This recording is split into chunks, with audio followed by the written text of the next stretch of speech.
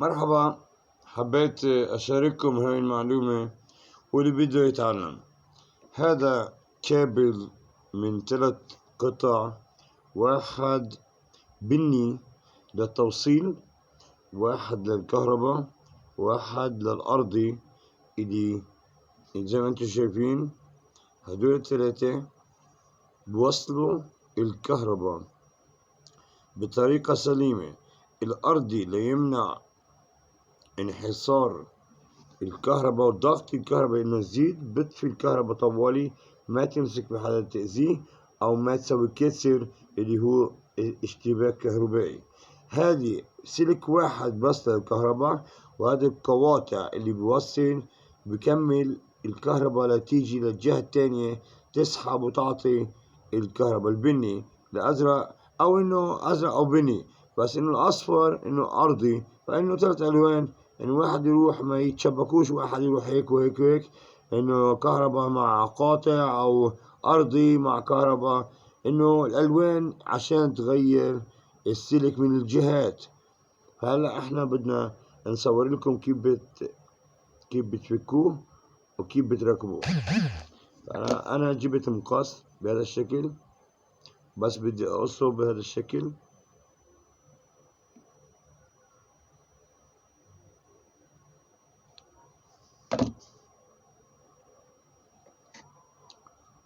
القاطع لازم يكون ماضي. وفي كتير أنواع للعدة إنها تفك هذا البلاستيكية عن الكابل عشان التوصيل بين القطع اللي لازمة بالألوان اللي حكيت لكم عنها. فراح أعرض لكم هذا الإشي وإن شاء الله ينفعكم. زي ما حكولي علمهم اللي أنت بتشتغل فيه بالدنيا، اللي هي توصيل كهربائي من كل يعني شبكات كهربائية. ماليش في الكهرباء، أنا ما بشتغل بالكهرباء، بشتغل في التوصيل الكهربائي. يعني الشبكة كيف تكون موصلة بالأشكال اللي لازمة. يعني هذا وين يروح، وهذا كيف يعني التوابع وين الأسلاك بتوصل. أما ما بشتغل بالكهرباء إني أعمر عشان أسوي ساعات وأشياء، بس إني أوصلها وين بلزم وأشياء. صار عنا ال3 هون توصلهم في بعض زي الطريقة اللي قلت لكم عنها، إني أعري، اسمها أعري، إني أشلح أو يعني أعري، إني أبعد هذه المواد بكتير طرق، بالمقص، بالدقة، أو بالقداحات.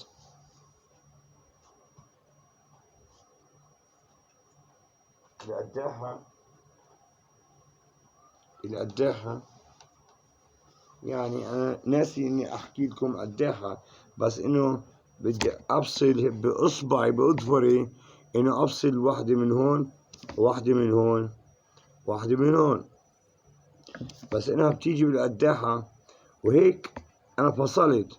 فهيك الأسلاك الدقيقة اللي جوا بأعداد كتير عشان توصل الكهرباء. فصار من وقتي 3 دقايق، بس إني أعرض لكم هذا. حكولي لازم تعلمهم لو درس واحد ينكتب إنه درس في هذه الأشياء، إنه معلومات كتير عن هذه الأشياء وهم بيشتغلوا يعرفوا عنها، ولما يلزمهم يعملوها لحالهم. أطفال، كبار، صاحبين كوابل الشركات يعرفوا بهذا الموضوع، لا الجيل القادم ولا الجيل الجاي اللي كان الموجود هلا. فاحنا وين وصلنا هلا؟ وصلنا للقاطع الثاني، بس بالتشليح انه مش صعب كتير، مش صعب كتير اني اعري او افضي الاسلاك بدون اظفري تعب. فانا هلا بدي اسويه بالمقص، انه زي الخياطة وزي الاشياء، بس ولكن بالكهرباء. متأسف على الكاميرا. وهيك اني برضو بصلح بقيم الاشياء. متأسف على الكاميرا انه هذه مضغوطة وصعبة بالقداحات وبتحرق، يعني كتير اشكال عشان انظف واسوي اتصال.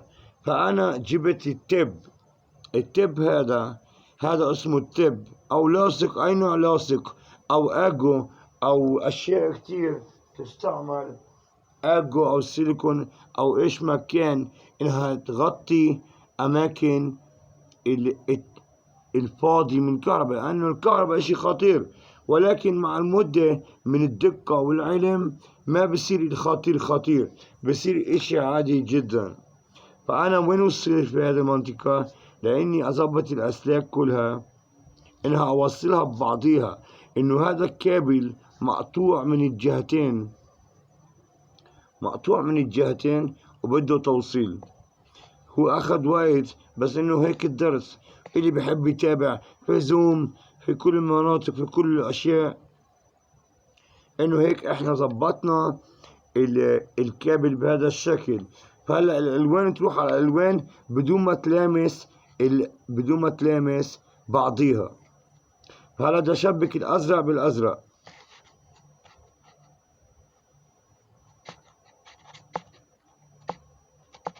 وبدي أشبك الأصفر بالأصفر، ما يكون مشبوك بالكهرباء الإشي.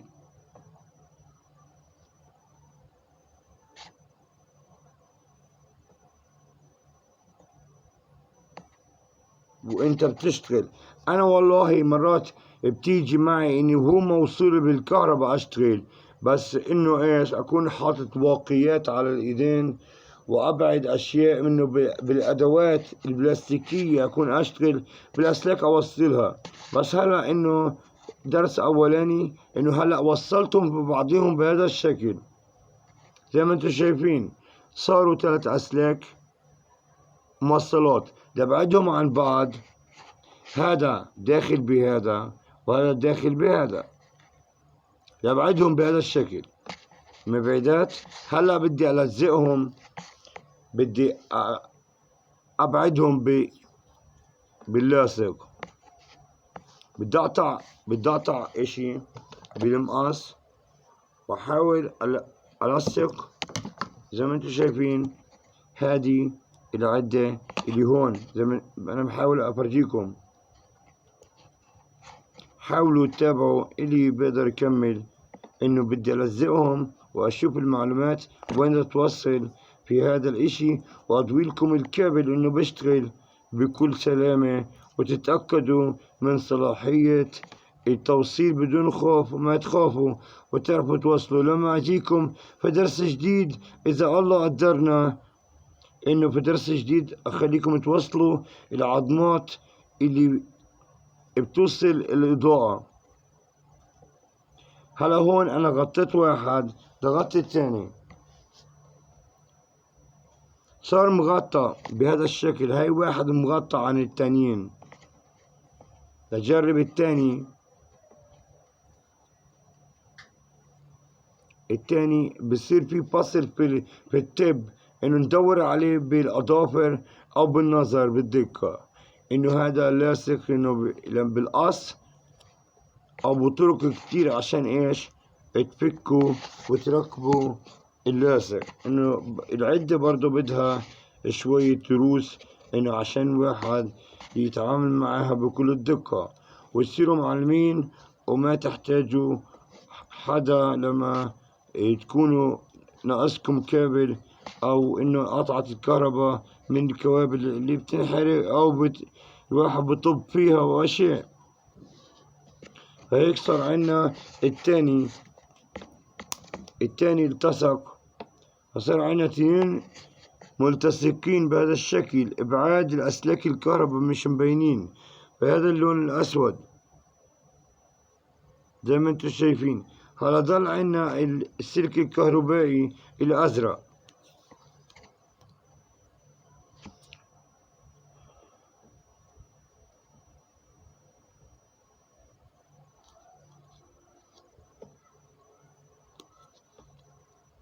وهيك مع الختيارية اللي ما عندهمش حدا بدهم يسووها للشغلة، فالواحد يشتغل. والله حكيت الواحد يصير يشتغل ويعلم ويستفيد بيتعلم، ويعني إن شاء الله نستفيد. الحمد لله. لازم الواحد يعطي إشي للدنيا من كتر اللي عنده. إنه لازم أعطي وقت للعالم أعلمهم. أنا من زمان يعني الواحد ما بعطي وقت لحدا، بس لما يصير إنه حاجة الناس قوية بصير إيش يعطيهم، لأنه حرام ما بصير الواحد يلاقي الناس محتاجة للعلم، والعلم بحر بدناش نغرق.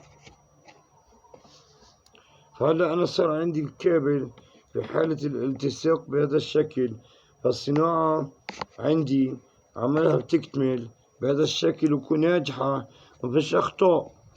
10 دقايق صار لنا وإحنا بنسوي في الكابل، واللي بيصير أسرع وأشطر في الكوابل بيصير فكها بأدوات بطريقة سريعة جدا.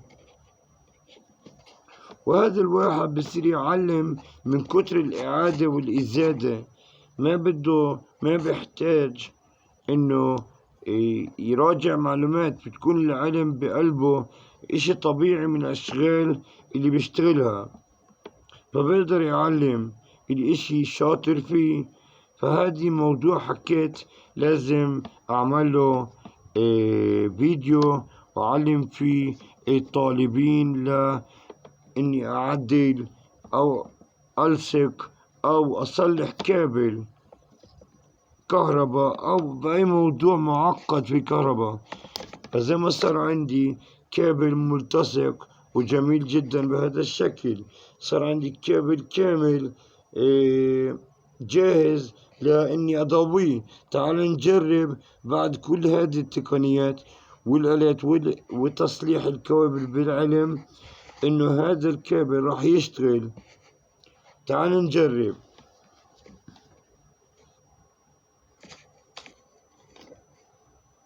بدي أحطه بالكهرباء،